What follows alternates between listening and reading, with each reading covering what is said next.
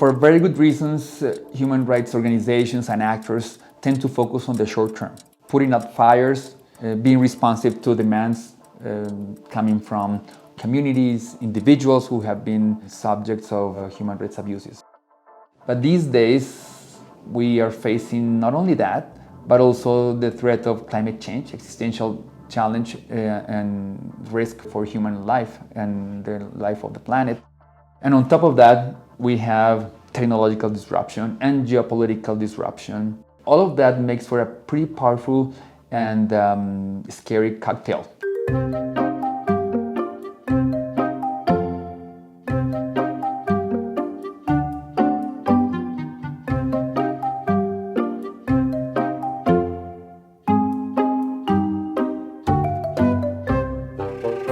There is a distinction in Greek culture between time and what they used to call kairos.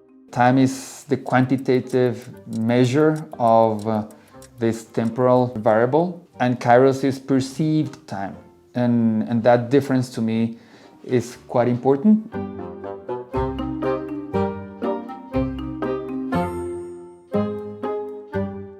I hike almost every weekend.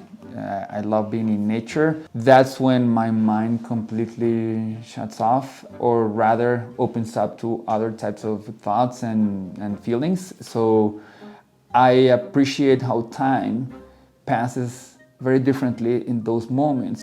And also, I've been reading and working on what geographers and geologists mostly call deep time issues. Very long-term processes, right? Like the formation of rocks, like the rising of the seas, and that to me has been helpful in understanding very different temporalities.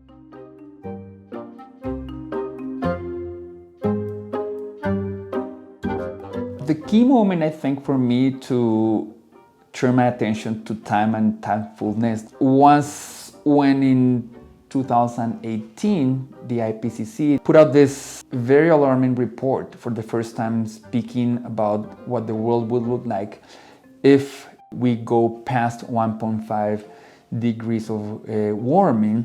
And then that overlapped in time with the rise of the student movement against climate inaction.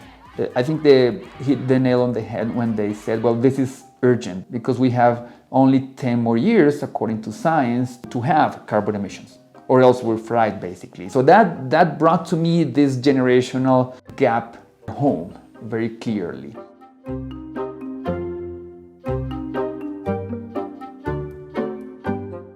Climate change, technology, and the rise of populist authoritarianism. So those are long-term trends that present, again, systemic challenges to human rights values and practice, and that lend themselves to both urgent action, but those issues also have long-term repercussions. For example, what type of human rights practice will be needed in a world 1.5 degrees warmer than in pre-industrial times?